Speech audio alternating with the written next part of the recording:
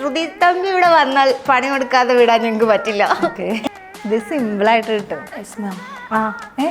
അതെന്താ?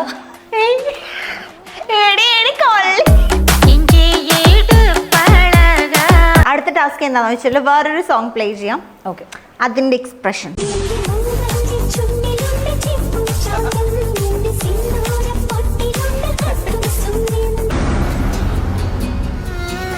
ചാവക്കാടന്റെ കല്യാണം. ഈ ഒരു വീഡിയോ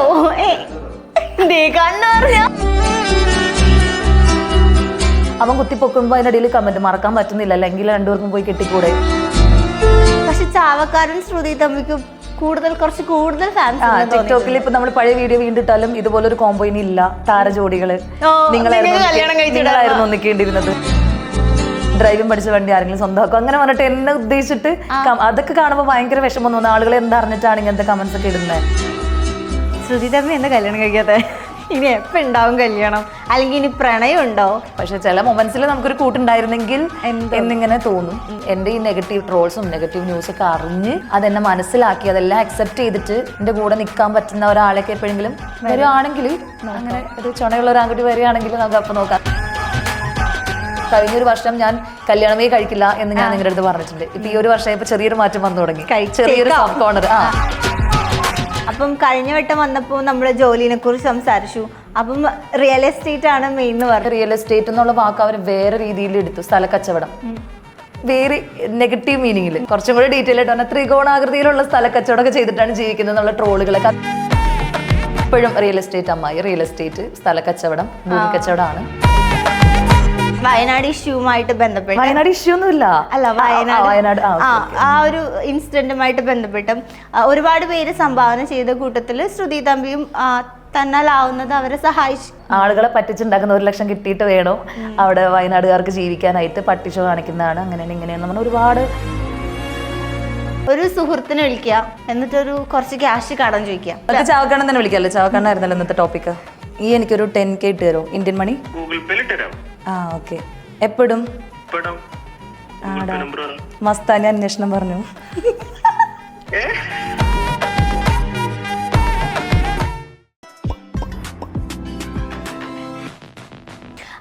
എല്ലാവർക്കും വെറൈറ്റി മീഡിയയുടെ പുതിയൊരു ചർച്ചയിലേക്ക് സ്വാഗതം. ഞാൻ Mastani and this is our show Masti with Mastani. So ഇന്നത്തെ നമ്മുടെ ഗസ്റ്റിനെ കുറിച്ച് പറയുകയാണെങ്കിൽ പുള്ളിക്കാരി നമ്മൾ വെറൈറ്റി മീഡിയയുമായിട്ട് വളരെ അടുത്ത് നിൽക്കുന്ന ഒരാളാണ്. ഇടയ്ക്കിടയ്ക്ക് അവളുടെ ഇൻ്റർവ്യൂ എടുത്തില്ലെങ്കിൽ തന്നെ ഞങ്ങൾക്കൊരു വിഷമമാണ്. സോ നമ്മുടെയൊക്കെ ഫേവറേറ്റ് ആയിട്ടുള്ള ശ്രുതി തമ്പി, വെൽക്കം.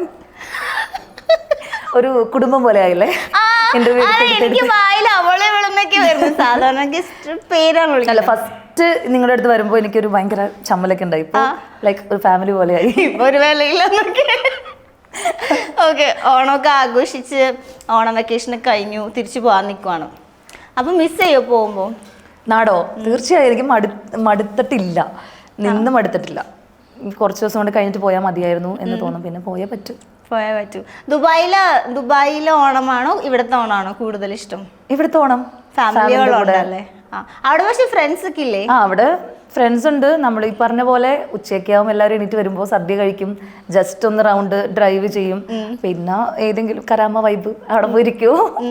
കരാമ വൈബ് ഭയങ്കര ഫേമസ് ആട്ടോ ടിക്ടോക്കിൽ. അപ്പോൾ അവിടെ പോയിരിക്കും. പിന്നെ കുറച്ച് കഴിയുമ്പോൾ തിരിച്ച് വീട്ടിൽ തന്നെ വരും. ഇതല്ലേ ഓണം. അപ്പൊ എല്ലാ ഓണം വന്നാലും വിഷു വന്നാലും ഈദ് വന്നാലും സെയിം സംഭവങ്ങൾ തന്നെയാണ്. പക്ഷെ നാട്ടിൽ വരുമ്പോൾ നമുക്ക് ഓണത്തിൻ്റെതായ ചടങ്ങുകൾ, വിഷുവിൻ്റെതായ, അപ്പോൾ ഓരോ ടൈപ്പും അല്ലേ വീട്ടിൽ നമ്മൾ ഓണം ആഘോഷിക്കുമ്പോൾ. പിന്നെ കൊച്ചി നമ്മുടെ നാട് പോലെയല്ലേ, എത്ര നിന്നാലും മടുക്കാത്തൊരു സ്ഥലമാണ് എനിക്ക്. ഓക്കെ. ഇപ്പം വെറൈറ്റി മീഡിയയിൽ ഇങ്ങനെ ഇടയ്ക്കിടയ്ക്ക് വന്ന് ഇന്റർവ്യൂ ചെയ്യുമ്പോൾ എന്ത് തോന്നുന്നു? ഭയങ്കര, ഞാൻ പറഞ്ഞല്ലോ, അതായത് ഒരു ചമ്മലില്ലാതെ എനിക്ക് ഓപ്പണായിട്ട് സംസാരിക്കാൻ പറ്റിയ ഒരു പ്ലാറ്റ്ഫോമായിട്ട് തോന്നാറുണ്ട് വെറൈറ്റി മീഡിയ. മറ്റുള്ളൊരു ചാനൽ എന്ന് പറഞ്ഞാൽ നമ്മളെപ്പോഴും ഒരു ന്യൂ കമർ ആയിരിക്കും, പുതിയ ആളായിട്ട് അവിടെ ചെല്ലേണ്ടി വരും. പക്ഷെ ഇവിടെ എന്ന് വെച്ച് കഴിഞ്ഞാൽ എനിക്ക് തോന്നുന്നു എൻ്റെ ജേണി നിങ്ങളും കുറേ കൂടെ അടുത്തറിയാവുന്നത് കൊണ്ട് പ്രത്യേകിച്ചൊരു ഇത് ഗ്യാപ്പിന്റെ ആവശ്യമില്ല. അതെ, കാരണം ഇപ്പം ചെറിയ ചെറിയ റീൽസ് ചെയ്ത് തുടങ്ങിയ നാള് മുതലേ വെറൈറ്റി മീഡിയ ഷെയർ ചെയ്യും. ഞാൻ പേയ്മെന്റ് കൊടുത്ത് ഇന്റർവ്യൂ ചെയ്യിക്കുന്നതെന്ന് പറയുന്നുണ്ട് ദുബായിൽ പറയും. അല്ല, ഇനി തരണമെങ്കിൽ തന്നോ, കുഴപ്പമില്ല. ഞങ്ങളത് ഞങ്ങൾ ഇത് കൈ നീട്ടി സ്വീകരിക്കാൻ റെഡിയാന്നൊക്കെ. ഇപ്പോൾ റീസെൻ്റ്ലി എന്താ പറയുക, വയനാട് ഇഷ്യൂവുമായിട്ട് ബന്ധപ്പെട്ട് വയനാട് ഇഷ്യൂ ഒന്നുമില്ല. അല്ല വയനാട് ആ ഒരു ഇൻസിഡന്റുമായിട്ട് ബന്ധപ്പെട്ടും ഒരുപാട് പേര് സംഭാവന ചെയ്ത കൂട്ടത്തിൽ ശ്രുതി തമ്പിയും തന്നാലാവുന്നത് അവരെ സഹായിക്കാൻ വേണ്ടി മുഖ്യമന്ത്രിയുടെ ഇതിലേക്ക് കൊടുത്തിട്ടുണ്ടായിരുന്നു. ആ വീഡിയോ ഇൻസ്റ്റഗ്രാമിൽ പോസ്റ്റ് ചെയ്തു. നമുക്കിവിടെ ടിക്ടോക്കില്ലല്ലോ, അപ്പോൾ ഇൻസ്റ്റഗ്രാമിൽ പോസ്റ്റ് ചെയ്തു. ഒരുപാട് നല്ല കമൻസ് ഉണ്ട്. എനിക്ക് തോന്നുന്നു കൂടുതൽ അപ്രിസിയേഷനും നല്ല നല്ല കമൻസും വന്ന ഒരു വീഡിയോയിൽ ഒന്നാണ് ആ വീഡിയോ. പക്ഷെ എന്നാൽ പോലും കുറച്ച് നെഗറ്റീവ് കമൻസ് ഉണ്ടായിരുന്നു. എന്തിനാണ് ഷോ കാണിക്കാൻ വേണ്ടി പോസ്റ്റ് ചെയ്തതാണോ അങ്ങനെ ഇങ്ങനെയൊക്കെ ചോദിച്ചിട്ട്. അപ്പോൾ അതിനെ കുറിച്ചിട്ട് എന്താ പറയാനുള്ളത്? ഇൻസ്റ്റഗ്രാമിൽ എനിക്ക് തോന്നുന്നു ഒരുപാട് പോസിറ്റീവ്സ് തന്നെയാണ്. ടിക്ടോക്കിൽ വരുമ്പോഴാണ് ഇത് വേറൊരു തലത്തിലേക്ക് ആളുകൾ കൊണ്ടുപോകുന്നത്. അതായത് അവിടുത്തെ കുറച്ച് ട്രോളുമാരാണ് അത് വേറെ രീതിക്ക് വഴിതെറ്റിച്ച് വിടുന്നത്. ഇപ്പൊ എന്നെ സംബന്ധിച്ച് പറയുകയാണെങ്കിൽ എല്ലാവർക്കും അറിയായിരിക്കും, എന്നെ ഫോളോ ചെയ്യുന്നവർക്ക് അറിയായിരിക്കും, എന്റെ വീട് പണി നടക്കുവാണ്. അപ്പൊ ഒരു വീട് പണിത് കിട്ടണമെങ്കിൽ അത്രമാത്രം നമ്മൾ എഫേർട്ട് എടുക്കാനുണ്ട്. ഒരുപാട് പൈസ ചെലവുള്ള കാര്യമാണ്. അപ്പോൾ ഇപ്പോൾ വീടിൻ്റെ ആ ഒരു ഫസ്റ്റ് സ്റ്റേജിലൊക്കെ നമുക്ക് ഫസ്റ്റ് ഫ്ലോറിൻ്റെയും സെക്കൻഡ് ഫ്ലോറിൻ്റെ ഒക്കെ ഒരുപാട് ചിലവുകൾ നടക്കുന്ന സമയത്ത് ആ വീട് പണി നടക്കുന്നതെന്നാണ് ഞാൻ എൻ്റെ വീട്ടുകാരോട് ചോദിക്കാതെ ഞാൻ ആ ഫണ്ട് എടുത്തിട്ട് എനിക്ക്. കാരണം ഡെയിലി മോർണിംഗ് എണീക്കുമ്പോഴും ജസ്റ്റ് ടിക്ടോക്ക് ഓപ്പൺ ചെയ്താലും ഇൻസ്റ്റ ഓപ്പൺ ചെയ്താലും ഫേസ്ബുക്ക് നോക്കിയാലും കുറേ കുഞ്ഞുങ്ങളുടെ വീഡിയോസ്, കുറേ പേരുടെ ഫാമിലി നഷ്ടപ്പെട്ട ഇത് തന്നെ വീഡിയോ ഇങ്ങനെ റോൾ ചെയ്യുമ്പോൾ കാണുന്നുണ്ട്. അപ്പോൾ ലിറ്ററലി ഞാൻ പറഞ്ഞു കഴിഞ്ഞാൽ എല്ലാ ദിവസവും ഞാൻ ഈ വീഡിയോ, എൻ്റെ ഭയങ്കര ലോല മനസ്സാട്ടോ, എനിക്ക് വീഡിയോ കാണുമ്പോൾ ഭയങ്കര കരച്ചിലാണ്. വെറുതെ ഞാൻ ഇങ്ങനെ ഇരുന്നിട്ട് കരച്ചില്ല. അത് 1 മണിക്കൂറൊക്കെ എനിക്ക് ഇതിൽ നിന്ന് മൈൻഡ് മാറി പിന്നെയും കുറേ ടൈം എടുക്കും. അങ്ങനെയൊക്കെയാണ് ഞാൻ ഭയങ്കര സെൻസിറ്റീവായി പോകും വീഡിയോസ് കാണുമ്പോൾ. അങ്ങനെ ഞാൻ ജസ്റ്റ് ഇങ്ങനെ ഇൻസ്റ്റാ സ്ക്രോൾ ചെയ്തപ്പോൾ റിമി ടോമി ഇങ്ങനെ 5 lakhs കൊടുത്തത് പോസ്റ്റ് കണ്ടപ്പോൾ അതിൽ മുഖ്യമന്ത്രിയുടെ ചാരിറ്റി ആ നമ്പറൊക്കെ കണ്ടപ്പോൾ ഞാൻ ഒന്നും ചിന്തിക്കാതെ പെട്ടെന്ന് ചെയ്തു. അത് ഞാൻ അയച്ചു കഴിഞ്ഞിട്ടാണ് ഈവൻ എൻ്റെ വീട്ടിലെ അമ്മയോട് പറയുന്നത്. അമ്മ ഞാനിങ്ങനെ ഒരു കാര്യം ചെയ്തിട്ടുണ്ട്. അപ്പം അമ്മ പറഞ്ഞു വീട് പണിയൊക്കെ അല്ലേ, അത്രയും തുക വേണമായിരുന്നു എന്ന് അമ്മ ചോദിച്ചു. പക്ഷേ ഞാൻ പറഞ്ഞു തുകയുടെ കേസ് വിട്, കാരണം എൻ്റെ മൈൻഡ് അത്രയും എന്നെ കൊണ്ട് എന്തെങ്കിലും പറ്റുന്നെങ്കിൽ നമുക്ക് കുറച്ചെങ്കിലും ഒരാശ്വാസം കിട്ടുമല്ലോ എന്ന് വിചാരിച്ചിട്ട് ചെയ്തതാന്ന് പറഞ്ഞിട്ടാണ് ആക്ച്വലി ഞാനത് ചെയ്തത്. പക്ഷേ കുറേ ആൾക്കാർ പറഞ്ഞു അത് പബ്ലിക്കായിട്ട് ഇടേണ്ട ആവശ്യം ഉണ്ടായിരുന്നില്ല എന്നൊരു കൂട്ടര്. പിന്നെ എന്താ നിന്റെക്ക് 1 ലക്ഷം കിട്ടിയിട്ട് വേണോ, ആളുകളെ പറ്റിച്ചുണ്ടാക്കുന്ന 1 ലക്ഷം കിട്ടിയിട്ട് വേണോ അവിടെ വയനാടുകാർക്ക് ജീവിക്കാനായിട്ട് പട്ടി ഷോ കാണിക്കുന്നതാണ് അങ്ങനെയാണ് ഇങ്ങനെയാണ് നമ്മൾ ഒരുപാട് നെഗറ്റീവ് കമന്റ്സും നെഗറ്റീവ് വീഡിയോ. അത് ഒത്തിരി പേര് അത് സ്റ്റിച്ച് ചെയ്തിട്ട് ടിക്ടോക്കിൽ അത് സ്റ്റിച്ച് ചെയ്തിട്ട് ഭയങ്കര ഒരു മീൻസ് ഡ്യുവേറ്റ് ചെയ്യുന്ന പോലെ തന്നെ നമ്മുടെ വീഡിയോ എടുത്തിട്ട് അതിന്റെ നമ്മൾ പറയുന്നത് എടുത്തിട്ട് അതിന്റെ ഹാഫ് പിന്നെ അവർ പറയുന്നത് കേട്ടിട്ട് അപ്പൊ ഭയങ്കര ഒരു നമ്മൾ ചിന്തിക്കാത്ത ലെവലിലേക്ക് അവരെ കൊണ്ടുപോയി. അപ്പൊ ഞാൻ ആലോചിച്ചു ഒരു നല്ല കാര്യം ചെയ്താലും നമുക്ക് അങ്ങനെയാണല്ലോ. അപ്പോൾ നമ്മൾ നമ്മുടെ സിനിമ ഇൻഡസ്ട്രിയിലുള്ള ആളുകളൊക്കെ അതൊക്കെ അവർ ഭയങ്കരമായിട്ട് അപ്രീഷിയേറ്റ് ചെയ്യും.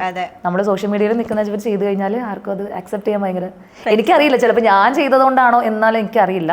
പക്ഷെ ഞാൻ അതിൽ ഹാപ്പിയാണ്. എനിക്ക് ഒരിക്കലും അതൊരു നഷ്ടമായിട്ട് തോന്നിയിട്ടൊന്നുമില്ല. പക്ഷെ ചെയ്തതൊരു നല്ല കാര്യമാണ്. ഈ പറഞ്ഞ കമന്റ് ഇട്ട പല ആൾക്കാരും ചിലപ്പോൾ 1 രൂപ പോലും കൊടുത്തിട്ടുണ്ടാവില്ല. അതെ. ഓക്കെ, വന്നപ്പോൾ തന്നെ ചോദിച്ചത് ഞാൻ ഈ വർഷം ഒന്നും ചെയ്തിട്ടില്ല, ഞാൻ വളരെ ഈ വർഷം ഒന്നും ചെയ്തിട്ടില്ല, ഈ വർഷം ഒരു വിവാദം ഇറക്കിയിട്ടില്ല. വിവാദം ഒന്നും ഇറക്കിയിട്ടില്ല, ഞാൻ എന്റെ കാര്യം നോക്കി പോവായിരുന്നു. അപ്പൊ നിങ്ങൾ എന്നോട് എന്ത് ചോദിക്കും എന്നാണ് ശ്രുതി തമ്പി വന്നപ്പോൾ തന്നെ ചോദിച്ചത്. അതായത് ഇക്കൊല്ലം എന്തെങ്കിലും കറങ്ങി തിരിഞ്ഞെന്റെ തലയിൽ വിവാദം വരാൻ പോലും ഞാൻ സമ്മതിക്കാതെ ഒഴിഞ്ഞു മാറി പോയ ആളാണ്. അപ്പൊ എന്റെ ഓർമ്മയിൽ ഇക്കൊല്ലം ഞാൻ ഒരു അബദ്ധവും ചെയ്തിട്ടില്ല എന്നാണ് എന്റെ വിശ്വാസം. പക്ഷെ ഒരു വിവാദം വന്നിരിക്കണു, അത് മുൻകൂട്ടി കണ്ടിരിക്കണു. ഞാനൊരു വീഡിയോ കാണിക്കാം. ചാവക്കാടന്റെ കല്യാണം.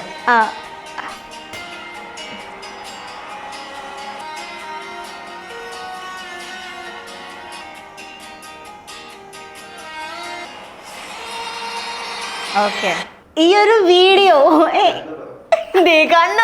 എന്തിന് ഇല്ല, ഞാനത് ഒരുപാട് ഇഷ്ടപ്പെട്ട്, അത് വിവാദം ആയിട്ടുണ്ടെങ്കിൽ തന്നെ അത് ഞാൻ ഒരുപാട് ഇഷ്ടപ്പെട്ട വിവാദം. കാരണം ഇതിപ്പോ മലയാളത്തില് നമ്മൾ ഇറക്കിയതല്ലേ.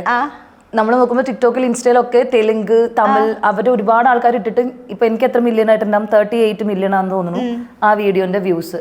അവരിടുമ്പോ അത് 70 മില്യൺ, അങ്ങനെ വീഡിയോ ലൈക്ക് തന്നെ 2 മില്യൺ ഒക്കെ കടന്നിട്ട് അങ്ങനെ ഒരുപാട് തമിഴ് തെലുങ്ക് ആൾക്കാരൊക്കെ എടുത്തിട്ട് അത് റീപോസ്റ്റ് ചെയ്തിട്ടുണ്ട്. അല്ല അടിപൊളി ഡയലോഗൊക്കെ വെച്ചിട്ട്.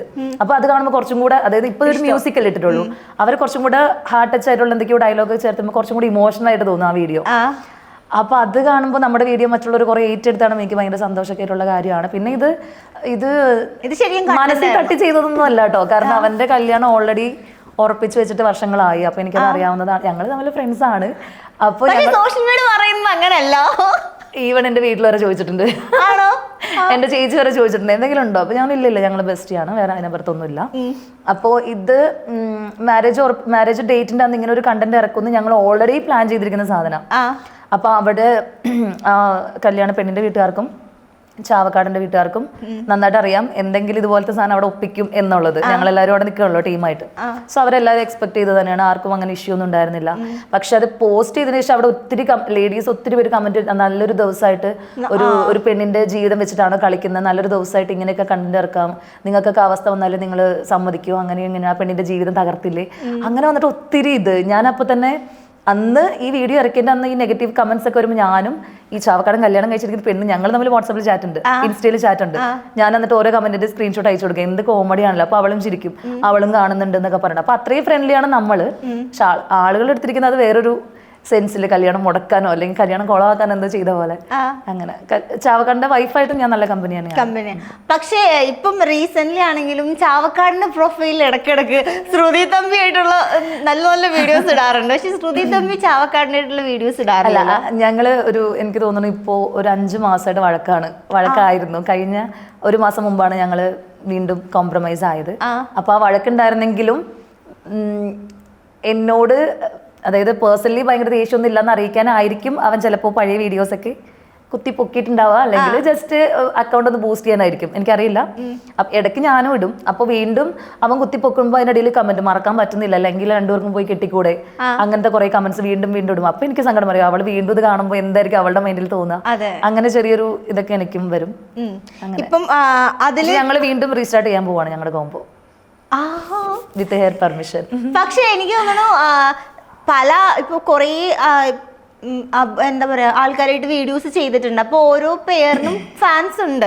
പക്ഷെ ചാവക്കാരൻ ശ്രുതി തമ്മിക്ക് കുറച്ച് കൂടുതൽ ഫാൻസ്. ടിക്ടോക്കിൽ ഇപ്പൊ നമ്മൾ പഴയ വീഡിയോ വീണ്ടും ഇട്ടാലും ഇതുപോലെ ഒരു കോംബോ ഇനി ഇല്ല. താരജോഡികള് നിങ്ങളായിരുന്നു ഒന്നിക്കേണ്ടിരുന്നത്, നിങ്ങൾ വെല്ലാനും വേറൊരു കോംബോ ഇല്ല. അതായത് ഇൻസ്റ്റയിൽ വരുമ്പോ അത് വേറെ രീതിയുണ്ട്. ഇൻസ്റ്റയിൽ ഒത്തിരി കോംബോ ഇവിടെ ഉണ്ടല്ലോ, ഇവിടെ ഒരുപാട് കണ്ടന്റ് ക്രിയേറ്റേഴ്സ്, അതിനപ്പുറം ഇപ്പൊ പുതിയ പിള്ളേരായാലും ഒത്തിരി സാധനങ്ങൾ വരുന്നുണ്ട്. പക്ഷെ ടിക്ടോക്കിൽ അവിടെ റൊമാൻറ്റിക് കപ്പിൾ എന്ന് പറയുന്ന ഒരു കാറ്റഗറിയിലേക്ക് അധികം ആൾക്കാരും അത്ര ഇന്റിമസിയിൽ ചെയ്യുന്ന അത്രയും ആൾക്കാർ ഇല്ല ഇപ്പോഴും. അപ്പൊ അവർക്ക് നമ്മുടെ കോംബോ അവർ കാണുമ്പോൾ അവർക്ക് ഭയങ്കര ഇഷ്ടമാണ്, നിങ്ങളുടെ വീഡിയോ വീണ്ടും പ്രതീക്ഷിക്കുന്നുണ്ട്, വെയിറ്റിംഗ് ആണെന്നൊക്കെ പറഞ്ഞിട്ട് ഒത്തിരി പേര് ഇഷ്ടപ്പെടുന്നവരുണ്ട്. ഓക്കെ. ഇപ്പം ചില കമന്റ്സ് കാണാറുണ്ട്, അതായത് ആൾക്ക് നാട്ടിലും പെണ്ണുണ്ടല്ലോ, പെണ്ണ് വീട്ടുകാർക്ക് എന്താ വീട്ടുകാരുണ്ടോ, ഡ്രൈവിംഗ് പഠിച്ച വണ്ടി അങ്ങനെയൊക്കെ പറഞ്ഞിട്ട് ഇടും കമന്റ്. ഡ്രൈവിംഗ് പഠിച്ച വണ്ടി ആരെങ്കിലും സ്വന്തമാക്കും അങ്ങനെ പറഞ്ഞിട്ട് എന്നെ ഉദ്ദേശിച്ചിട്ട് അതൊക്കെ കാണുമ്പോൾ ഭയങ്കര വിഷമം തോന്നുന്നു. ആളുകൾ എന്തറിഞ്ഞിട്ടാണ് ഇങ്ങനത്തെ കമന്റ്സ് ഒക്കെ ഇടുന്നത് എന്നൊക്കെ വിചാരിച്ചിട്ട്. എന്നെയും ചാവക്കാടിനെയും പേഴ്സണലി അറിയാവുന്നവർക്ക് അറിയാം, ഞങ്ങൾ തമ്മിൽ എപ്പോഴും ഫൈറ്റ് കൂടുന്ന ഫ്രണ്ട്സാണ്. അല്ലാതെ വീഡിയോയിൽ കാണുന്ന റൊമാൻസ് ഞങ്ങൾ അല്ലാതെ നമ്മൾ ഒരിക്കലും അങ്ങനെ, കാരണം എന്ത് ഒരാശയം വെച്ചാലും അവർക്ക് വേറെ അഭിപ്രായം, എനിക്ക് വേറെ അഭിപ്രായം. റെഡ് ആണെന്ന് പറഞ്ഞ് ഞാൻ പറയും ഗ്രീൻ ആണ്. അങ്ങനത്തെ ഒരു ഭയങ്കര ഫൈറ്റ് നടക്കുന്ന ഒരു ഫ്രണ്ട്ഷിപ്പാണ്. അതിനപ്പുറത്തേക്ക് ഒന്നുമില്ല. പക്ഷേ അത് പേഴ്സണലി അറിയാവുന്നവർക്ക് അറിയാം. പബ്ലിക് അത് കാണുമ്പോൾ അവർ വിചാരിക്കും വീഡിയോയിൽ കാണുന്ന പോലെ തന്നെയാണ് എപ്പോഴും പുറത്തും, അങ്ങനെ വിചാരിക്കും. എപ്പോഴെങ്കിലും ആളുടെ വൈഫ് പറഞ്ഞിട്ടുണ്ടോ അല്ലെങ്കിൽ ഇത്രയും റൊമാൻസ് വേണ്ട, കുറച്ച് കുറക്കുന്നില്ല? എനിക്ക് തോന്നുന്നു അവർ എന്റെ കൂടെ ചെയ്യുമ്പോൾ അവർക്ക് വലിയ പ്രശ്നമില്ല എന്നാണ് എനിക്ക് തോന്നിയിട്ടുള്ളത്. അങ്ങനെ ഇതുവരെ അങ്ങനത്തെ ഒരു റെസ്ട്രിക്ഷൻസ് ഒന്നും എന്നോട് പറഞ്ഞിട്ടില്ല. അവര് തമ്മിൽ ഇരിക്കുന്നുണ്ടാവോ എന്നുള്ളത് എനിക്ക് അറിഞ്ഞൂടാ കേട്ടോ, ഓരോ വീഡിയോ കാണുമ്പോൾ.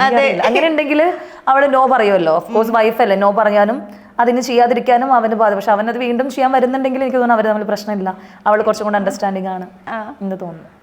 കാണുന്ന ആൾക്കാർക്കാണ് പ്രശ്നം. ഓക്കെ. പക്ഷേ ഈ കല്യാണം എന്ന് പറഞ്ഞാൽ ഭയങ്കര ട്വിസ്റ്റ് ആയിരുന്നു ചാവക്കാടിന്. ഞാൻ അന്നും പറഞ്ഞായിരുന്നു, ചാവക്കാടൻ വേറെയുള്ള കല്യാണം കഴിക്കുന്നത് നിങ്ങളല്ലേ, ശരിക്കും നിങ്ങൾ തമ്മിലാണ്. അവളിത് കാണും. ഞാനൊന്നും ഒരു തീരുമാനം ഉണ്ടാക്കുന്നൊക്കെ. പക്ഷെ ഏറ്റവും കൂടുതൽ കുറെ പേര് ഞെട്ടിയില്ലേ ചാവക്കാടിന്റെ കല്യാണം വേറെ ആളുടെ കൂടെ കഴിഞ്ഞപ്പോ, ഇതെല്ലാം പ്രതീക്ഷിച്ചതെന്നൊക്കെ പറഞ്ഞു. പക്ഷെ ഞാൻ പറഞ്ഞല്ലോ, എന്നെ പരിചയപ്പെടുമ്പോഴേ അവർ തമ്മിൽ എൻഗേജ്മെന്റ് ഒക്കെ കഴിഞ്ഞതാണ്. സോ കുഴപ്പമില്ല. നമ്മൾ അറിയാവുന്നവർക്കൊക്കെ അറിയാം അവൻ എൻഗേജ്ഡ് ആണെന്ന്. പബ്ലിക്കിനാണ് അറിയാൻ പാടില്ല, അവര് വീഡിയോ മാത്രമല്ലേ കാണുന്നത്. അതെ. അപ്പൊ എപ്പോഴെങ്കിലും ചാവക്കാട് പക്ഷെ വൈഫിന്റെ കൂടെ ഉള്ള വീഡിയോസ് ഒക്കെ കുറവായിരുന്നു. അല്ല, ചിലപ്പോ അവള് വീഡിയോയിൽ വരാൻ ഇഷ്ടം ഉണ്ടാവില്ലായിരിക്കും. ഓരോരുത്തർക്ക് ഓരോ ഇതല്ലേ, എല്ലാവർക്കും വീഡിയോയിൽ വരണമെങ്കിൽ താല്പര്യം ഉണ്ടാവില്ലല്ലോ. എന്നാലും അവർ കുറച്ച് ഇട്ടിട്ടുണ്ട്. ഓക്കെ. നമ്മള് കല്യാണത്തിനുള്ള വീഡിയോ ഇപ്പൊ കണ്ടു, അതിന്റെ കഥ നമ്മൾ കേട്ടു. ജസ്റ്റ് ഒരു കണ്ടന്റ് ആയിരുന്നു. കല്യാണം കഴിഞ്ഞിട്ട് എടുത്തൊരു വീഡിയോ കാണിച്ചു. എനിക്ക് ഭയങ്കര ടെൻഷൻ എന്താണ്. ഓക്കെ. ഇത് കല്യാണത്തിന് ശേഷമാണോ? Yes yes.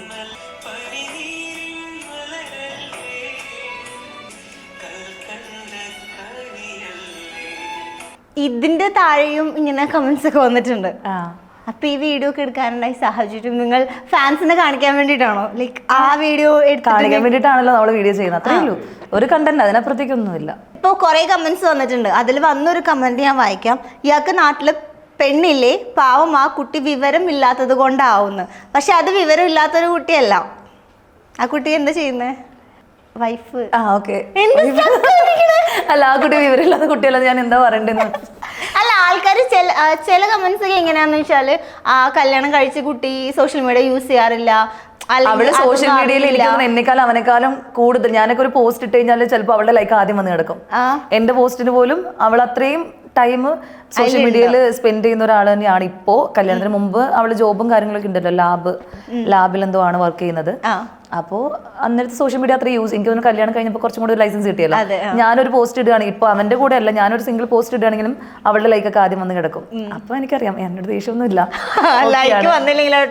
അപ്പോ അവള് വിവരമില്ലാത്തതൊന്നും കൊണ്ടൊന്നും അല്ല. എനിക്ക് തോന്നുന്നു എല്ലാവരുടെയും മനസ്സ് ഇടുങ്ങിയതായിരിക്കില്ലല്ലോ. അവള് കുറച്ചും കൂടെ സോഷ്യലായിട്ട് ഇതെല്ലാം കാണാൻ പറ്റുന്ന, അല്ലെങ്കിൽ നല്ലൊരു വിശ്വാസം ഉണ്ടാവും ഞങ്ങൾ തമ്മിൽ വേറെ അതിര് കടന്ന് പോകത്തില്ല എന്ന് അവൾക്ക് നല്ല അത്രയും ഉറപ്പുള്ളത് കൊണ്ടായിരിക്കും. കാരണം അവൻ ദുബായിൽ വന്നു, അവള് ഇഷ്ടപ്പെട്ടതിന് ശേഷമാണ് അവൻ ദുബായിൽ വന്ന് ഒത്തിരി ഗേൾസ് ആയിട്ട് മിങ്കിൾ ചെയ്യുന്നു, ഒരുപാട് വീഡിയോസ് എന്റെ കൂടെ എടുക്കുന്നു, വേറെ കുറെ ഗേൾസിന്റെ കൂടെ വീഡിയോ. എന്നിട്ടും ആ ഒരു ലവ് അവൻ കീപ്പ് ചെയ്യുന്നുണ്ടെങ്കിൽ അവളോട് അത്രമാത്രം ഇഷ്ടമുള്ളത് കൊണ്ടായിരിക്കുമല്ലോ. ആ സാധനം അവൾക്ക് കിട്ടിക്കഴിഞ്ഞാൽ പിന്നെ അവൾക്ക് വേറൊരു ടെൻഷന്റെ പേടിയുടെ ആവശ്യമില്ല. ഇല്ല.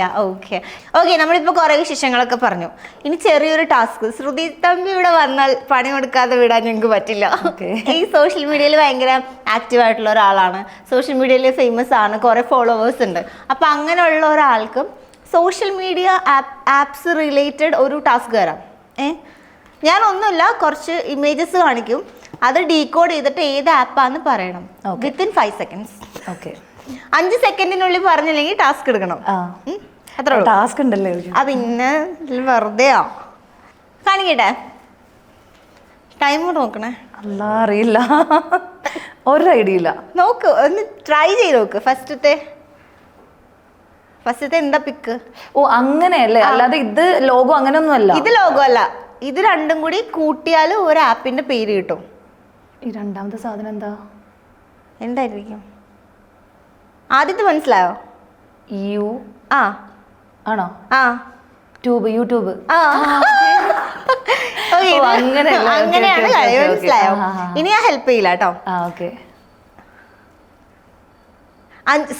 ടൈം നോക്കൂ, വേഗം കഴിഞ്ഞു. സാധനം എന്താ? അത് ഞാൻ പറഞ്ഞല്ലോ. കോയിൻസ് അല്ലല്ലോ, ടിന്നോ? കഴിഞ്ഞു. എന്തായിരുന്നു? കറക്റ്റ് ആയിരുന്നു. ടിൻഡർ. എടുത്തോളൂ ഐശ്വര്യമായിട്ട്. ഓക്കെ, അപ്പം ടാസ്ക് എന്താണെന്ന് വെച്ചാൽ ശ്രുതി തമ്പി ചെയ്ത കുറച്ച് ടിക്ടോക്ക് റീൽസ് അല്ലെങ്കിൽ വീഡിയോസ് ഒന്നിവിടെ റിക്രിയേറ്റ് ചെയ്യണം. ഓക്കെ, ഇപ്പൊ ടിൻഡർ പറഞ്ഞില്ലല്ലോ, അപ്പൊ അതുകൊണ്ടൊരു വീഡിയോ. മ്യാരക വേർഷൻസ് ഒന്നും എടുത്തോണ്ട് വരരുത് കേട്ടോ. മ്യാരകൊന്നുമില്ല, ഇത് കേൾപ്പിച്ചു തരണല്ലോ ഫസ്റ്റ്. പഠിക്കണ്ട ഇതൊക്കെ അറിയാം. ഇത് കുറച്ചുള്ളൂ, പെട്ടെന്ന് കഴിയും. ഇരുന്നിട്ട് എങ്ങനെയാ ചെയ്യല്ലേ? ഇതൊക്കെ ഞാൻ പ്രൈവസി ആയിട്ട് ഇരിക്കുമ്പോ ചെയ്യുന്ന കാര്യങ്ങൾ ഇതൊക്കെ. പക്ഷെ ആൾക്കാരൊക്കെ വീഡിയോ എടുത്ത് തരാറില്ലേ? അതൊക്കെ ചെയ്യും, എന്നാലും ഇങ്ങനെ നോക്കിയിരിക്കുമ്പോ ഒരു ചമ്മല്. ചേട്ടാ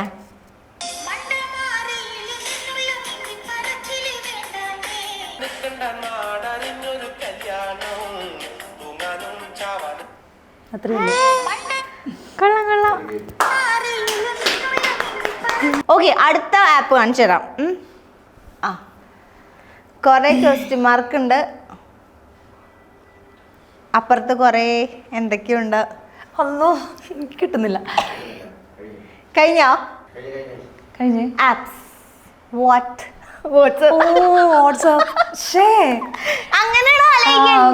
മനസ്സിലായില്ലേ ഗെയിം? ടാസ്ക് ചെയ്തു. സിമ്പിൾ ആയിരുന്നല്ലോ. 3, 2, 1.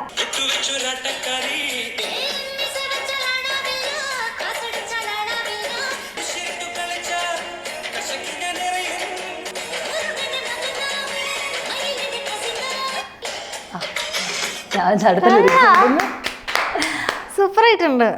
മീശമാധവൻ ഇങ്ങനെ എപ്പോഴും ചെയ്ത് ഭയങ്കര കാണാപ്പാടല്ലേ ഇതിലെല്ലാ ഡയലോഗ്സ്. ഓക്കെ, അടുത്ത ആപ്പ് കാണിച്ചിട്ട്. ആ ചെടീന്റെ പേരാണ് വേണ്ടത് കേട്ടോ, എന്നാലേ കിട്ടുള്ളൂ. ഇതെന്ത് ചെടിയാ? ഇല, എന്തിന്റെ ഇല ആയിരിക്കും? കഴിഞ്ഞില്ലേ? നമ്മൾ ഈ ഇല ഡ്രിങ്ക്സിലൊക്കെ ഇടാറുണ്ട്. മിന്ത്ര. ഓ ഓ പറഞ്ഞല്ലോ. ഓക്കെ, ഞാൻ ടൈം കഴിഞ്ഞിട്ട് സൂപ്പർ സൂപ്പർ. എന്തെങ്കിലും ക്ലൂ തരണം കേട്ടോ. ഓ പിന്നെ ഇത് തമ്പി പറഞ്ഞില്ലെങ്കിൽ ടിക്ടോക്ക്. ഓക്കെ, ഇത് ഇത് ഈസിയാ. മീഷോ. ഓക്കെ, മീഷോ എൻ്റെ അമ്മയുടെ ഫേവറേറ്റ് ആപ്പാണ്. ഓക്കെ, ഇത് പറ. ഫസ്റ്റ് വൺ എന്താ ക്ലൂ? ക്ലൂ ഒരു മനുഷ്യനാ. ഒരു മനുഷ്യൻ ചെയ്യണ ഒരു മനുഷ്യൻ എന്തോ ചെയ്തോണ്ടിരിക്കുന്നു. രണ്ടാമത്തേന് എന്താ പറയാ? ആ സാധനം കണ്ടിട്ടില്ലേ സൂപ്പർ മാർക്കറ്റിലൊക്കെ ഉള്ള? വേറൊരു പേരുണ്ട് അതിന്. അതിന്റെ പേര് എനിക്ക് അറിയില്ല. അപ്പൊ തലൂത്തി നിക്കുന്ന എന്താ പറയാ? കഴിഞ്ഞല്ലേ? അയ്യോ, ഇത് ഫ്ലിപ്പ്, ഇത് കാർട്ട്. ഓക്കെ, എന്തായാലും 2 അഭിനയിച്ചില്ലേ? ഇതിനൊരു ടാസ്ക് തരാം.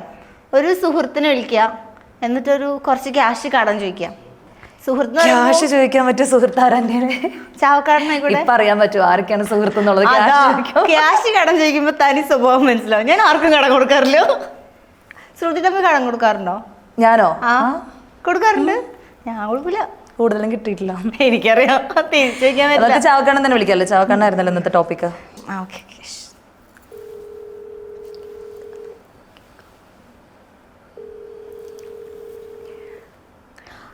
എടാ, ഹലോ ഹലോ, എവിടെ? ഉറങ്ങ? ഈ എനിക്കൊരു 10K ഇട്ട് തരോ? ഇന്ത്യൻ മണി.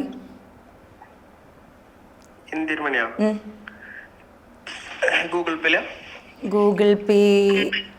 എന്റെ അക്കൗണ്ട് നമ്പർ ഉണ്ടോ കയ്യില്?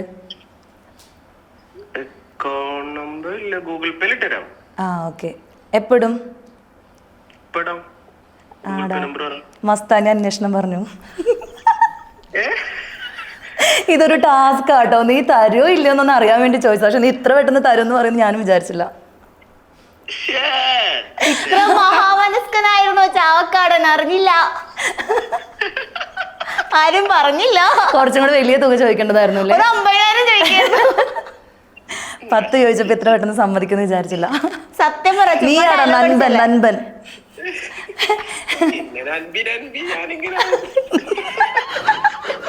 എന്റെ മോനെ ഇതൊക്കെ റെക്കോർഡാട്ടോ. ഓക്കേടാ, താങ്ക് യു. ഓക്കെ, കണ്ടോ? അതാണ് എന്റെ ഫ്രണ്ട്. ചാവക്കാടൻ ഇത്ര മഹാമനസ്കനായിരുന്നു. ഒരു 50 ചോദിക്കായിരുന്നല്ലോ, എന്താണ് റിയാക്ഷൻ അറിയായിരുന്നു. ശരിയാ, 50 ചോദിക്കായിരുന്നല്ലേ? വേറെ ആരെങ്കിലും ഉണ്ടോ?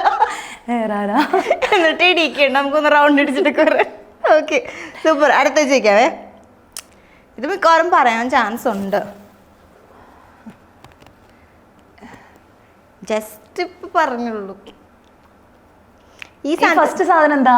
അത് കണ്ണിൽ വെക്കുന്ന ഒരു സാധനം. അതിനൊരു പേരുണ്ട്. രണ്ടാമത്തെ സാധനം എന്താ? അതെന്താ മനസ്സിലാവില്ലേ? കാശ്. ക്യാഷ്. പക്ഷേ ഫസ്റ്റത്തെ സാധനത്തിന്റെ പേര് കിട്ടിയാൽ ഇത് കിട്ടും. നമ്മള് ചില സാഹചര്യങ്ങളിൽ കണ്ണിൽ വെക്കുന്ന ഒരു സാധനം. പൂളിലൊക്കെ ഇറങ്ങുമ്പോ. ഓക്കെ, ഇത് ഗൂഗിൾസ് ക്യാഷ് പേ മണി. ഗൂഗിൾ പേ. ഓക്കെ, അറിയില്ലായിരുന്നു. ഗൂഗിൾസ് എന്ന് പറയുമോ? എനിക്കത് അറിയില്ലായിരുന്നു. ഓക്കെ, അടുത്തത് എന്ത്? ഞാൻ ഇത്ര മൊന്ന ബുദ്ധിയാന്ന് വിചാരിക്കുമല്ലോ ആളുകൾ. അല്ല, എന്റെ ലെവലിലേക്ക് ഇറങ്ങി വരാൻ പറ്റുന്നില്ല. കുഴപ്പമില്ല. അപ്പം അടുത്ത ടാസ്ക് എന്താണെന്ന് വെച്ചാൽ വേറൊരു സോങ് പ്ലേ ചെയ്യാം. ഓക്കെ, അതിന്റെ എക്സ്പ്രഷൻസ്. ഇതാ സോങ്. ഓക്കെ ഓക്കെ, റെഡിയാണോ?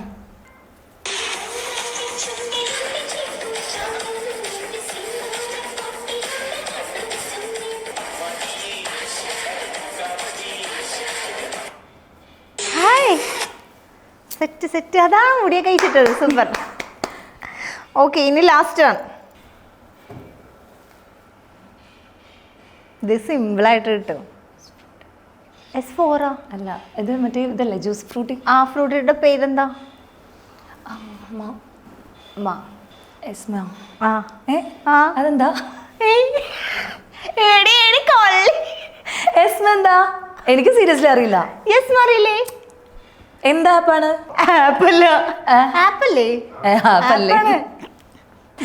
മൂവീസ്. ആ വെറുതെ എനിക്കറിയാത്ത, എനിക്കറിയില്ല. മൂവീസ്. Okay okay okay. എന്താ എവിടേക്കോ കേട്ട പോലെ കുറെ ട്രോൾ ഉണ്ടായിരുന്നു. ഓക്കെ, പക്ഷെ ഇത് പറഞ്ഞല്ലേ. Okay, super. ഓക്കെ, ഇപ്പം നമ്മൾ ഇപ്പം ചാവക്കാടിൻ്റെ നിങ്ങളുടെ ഒരു പേരിനെ കുറിച്ച് സംസാരിച്ചു. കുറേ ഫാൻസ് ഉണ്ട്. എന്നാലും ഏറ്റവും കൂടുതൽ ഇപ്പം ഏതാളുടെ വീഡിയോ ചെയ്താലും ശരിക്കും ആൾക്കാർ കാണാനും കേൾക്കാനും ആഗ്രഹിക്കുന്ന ഒരു കാര്യമാണ് ശ്രുതി തമ്മി എന്താ കല്യാണം കഴിക്കാത്ത? ഇനി എപ്പോൾ ഉണ്ടാവും കല്യാണം? അല്ലെങ്കിൽ ഇനി പ്രണയം ഉണ്ടോ? സിംഗിൾ ആണോ? റെഡി ടു മിങ്കിൾ ആണോ?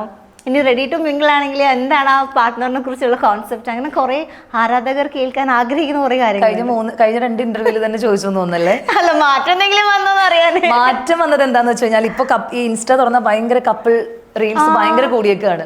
ഇപ്പൊ നമ്മളിങ്ങനെ സിംഗിൾ ആയിട്ട് ഇരിക്കുന്നത് ഭയങ്കര വിഷമമാണ് ചില ദിവസങ്ങള്. സത്യമല്ലേ? എനിക്ക് ഭയങ്കര ഇൻട്രസ്റ്റ് ആണ്. ഞാൻ ഇരുന്ന് കാണും. ഇങ്ങനെ സ്ക്രോൾ ചെയ്യുമ്പോൾ അങ്ങനത്തെ വീഡിയോസ്, ഭയങ്കര ഇന്റിമേസി വീഡിയോസ് ഒക്കെ കാണുമ്പോൾ ഇങ്ങനെ ഒരു നെടുവേർപ്പെടും. അല്ല, രസമാണല്ലോ അങ്ങനെ ഉണ്ടെങ്കിൽ. പക്ഷെ അത് ഒരു റിലേഷൻഷിപ്പിലേക്ക് വന്നു കഴിയുമ്പോൾ ഇങ്ങനത്തെ കുറച്ച് റൊമാൻറ്റിക് മൊമെന്റ്സ് ഒക്കെ അടിപൊളി തന്നെയാണ്. പക്ഷെ അതിനപ്പുറത്ത് ഈ റൊമാൻസ് ഒക്കെ കഴിഞ്ഞിട്ട് ഒരു സ്റ്റേജ് വരുമല്ലോ. ഞാൻ പ്രണയിച്ചിട്ടൊക്കെ ഉണ്ട്. ഇപ്പം എല്ലാവരും കാണുന്നുണ്ടാവും. എനിക്ക് പ്രണയങ്ങളൊക്കെ ഉണ്ടായിട്ട്, പ്രണയങ്ങൾ ഉണ്ടായിട്ടുണ്ട്. പക്ഷേ ഒരു റിലേഷൻഷിപ്പിലേക്ക് വന്ന് നമ്മളതൊരു സീരിയസ് ആയിട്ട് എടുക്കുമ്പോൾ പിന്നെ അവിടെ ഭയങ്കര ഫ്രസ്ട്രേഷൻസ് ഒക്കെ വരും, പൊസസീവ്നെസ് കൂടും, പിന്നെ ഭയങ്കര ഒരു അൺവാണ്ടഡ് കുറെ ഫൈറ്റുകളൊക്കെ വരും. അത് ശരിക്കും പറഞ്ഞാൽ നമ്മുടെ മെന്റൽ ഹെൽത്തും ഞാൻ അനുഭവിച്ച കാര്യമാണ്. മെന്റൽ ഹെൽത്തിനെ ആണെങ്കിലും നമ്മളൊരു പ്രൊഡക്ടിവിറ്റി എല്ലാം അവിടെ സ്റ്റക്ക് ആവുകയാണ്. പിന്നെ കാരണം ആളെന്ത് ചെയ്യുന്നു, ആളെന്താണ്, ആളെ പറ്റിയിട്ടുള്ള കൺസേൺ, ആളങ്ങനെ ചെയ്തത് വിഷമമായി, ഇങ്ങനെ ചെയ്ത് വിഷമമായി, ആള് എവിടെയായിരിക്കും, എന്തായിരിക്കും എന്നുള്ള ചിന്തകളൊക്കെ കൂട്ടിയിട്ട് നമ്മൾ എല്ലാ റിലേഷൻഷിപ്പും അല്ലേ, എല്ലാവരും എനിക്ക് തോന്നുന്നു മാരേജ് ലൈഫ് ആണെങ്കിലും റിലേഷൻഷിപ്പ് ആണെങ്കിലും സെയിം തന്നെയാണ്. അപ്പൊ അങ്ങനെയൊക്കെ ആലോചിക്കുമ്പോൾ ഞാൻ തോന്നും ഇപ്പൊ സിംഗിൾ ആയിട്ട് നിൽക്കുമ്പോൾ എനിക്ക് ലൈക്ക് എന്റെ കാര്യം മാത്രം നോക്കിയാൽ മതി. വേറൊരാൾ എണീറ്റോ കഴിച്ചോ എവിടെ ഇരിക്കും ആരുടെ കൂടെ ഇരിക്കും ഇതൊന്നും ചിന്തിക്കേണ്ട. എന്റെ കാര്യം ബോധിപ്പിക്കേണ്ട, എനിക്ക് ആളെ കുറിച്ചുള്ള കൺസേണും വേണ്ട. അപ്പൊ ഒറ്റയ്ക്ക് നിൽക്കുമ്പോൾ എനിക്ക് തോന്നുന്നു സമാധാനമാണ് അങ്ങനെ. പക്ഷെ ചില മൊമെന്റ്സിൽ നമുക്കൊരു കൂട്ടുണ്ടായിരുന്നെങ്കിൽ എന്നിങ്ങനെ തോന്നും. അപ്പൊ ഞാൻ കഴിഞ്ഞ ദിവസം ലൈവില് ടിക്ടോക്ക് ലൈവിലൊക്കെ ഇങ്ങനെ പറയുമ്പോൾ എല്ലാവരും ഇത് തന്നെ ചോദിക്കുന്നത് എപ്പോഴാ വീട് പണിക്കായല്ലോ, ഇനി എപ്പോഴാ? അപ്പൊ ഞാൻ പറയും എൻ്റെ ഈ നെഗറ്റീവ് ട്രോൾസും നെഗറ്റീവ് ന്യൂസൊക്കെ അറിഞ്ഞ് അതെന്നെ മനസ്സിലാക്കി അതെല്ലാം അക്സെപ്റ്റ് ചെയ്തിട്ട് എൻ്റെ കൂടെ നിൽക്കാൻ പറ്റുന്ന ഒരാളെയൊക്കെ എപ്പോഴെങ്കിലും വരുവാണെങ്കിൽ, അങ്ങനെ ഒരു ചുണയുള്ള ഒരു ആൺകുട്ടി വരികയാണെങ്കിൽ നമുക്ക് അപ്പം നോക്കാം എന്ന് വെറുതെ ഇങ്ങനെ തമാശക്ക് പറയും. പക്ഷേ ഇപ്പോൾ മുമ്പൊക്കെ പറയുമല്ലോ സിംഗിൾ ലൈഫ് അടിപൊളി എന്നൊക്കെ പറയുമെങ്കിലും ഇപ്പം നമ്മൾ ഈ ഒരു ഏജ് എത്തുമ്പോൾ ചില ദിവസങ്ങൾ ചില ഒരു മൊമെന്റ്സിലെങ്കിലും കൂടെ ഒരാണ് വേണം എന്നൊരു ടൈമൊക്കെ തോന്നുന്ന സമയമൊക്കെ കടന്നു പോകും. അപ്പോൾ ആ ടൈമിൽ ചിന്തിക്കുക അപ്പോൾ ഇനി കുറച്ച് ഇപ്പോൾ കഴിഞ്ഞൊരു വർഷം ഞാൻ കല്യാണമേ കഴിക്കില്ല എന്ന് ഞാൻ നിങ്ങളുടെ അടുത്ത് പറഞ്ഞിട്ടുണ്ട്. ഇപ്പൊ ഈ ഒരു വർഷം ഇപ്പൊ ചെറിയൊരു മാറ്റം വന്നു തുടങ്ങി, ചെറിയൊരു സോഫ്റ്റ് കോർണർ ഭാവിയിൽ കഴിച്ചേക്ക്. ഇനി ഇപ്പൊ ചിലപ്പോൾ അടുത്ത വർഷം ആകുമ്പോൾ ചിലപ്പോൾ ഞാൻ തീരുമാനം എടുക്കുന്ന ഒരു സമയം ഉണ്ടാവും പാർട്ണർ വേണം എന്നുള്ളത്. സോ അറിയില്ല, ദൈവത്തിന്റെ കയ്യിൽ. അപ്പൊ ഇപ്പോ നിലവിൽ കല്യാണം കഴിക്കും?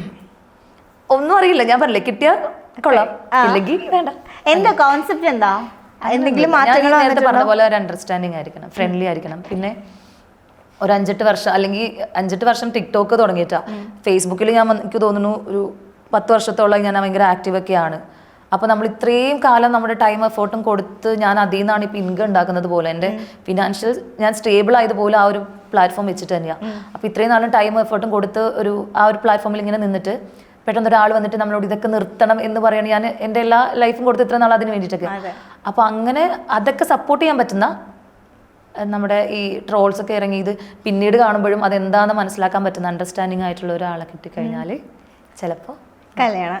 പിന്നെ എനിക്ക് ഒരു കൺസെപ്റ്റ്, ഇപ്പോൾ എൻ്റെ ഫിനാൻഷ്യൽ ഒരു സ്റ്റാറ്റസിനെക്കാളും കുറച്ചും കൂടെ ഉയർന്ന ആൾ തന്നെ ആയിരിക്കണം. കാരണം അത് പിന്നീട് ഒരു ഈഗോ ക്ലാഷ് വരരുതല്ലോ.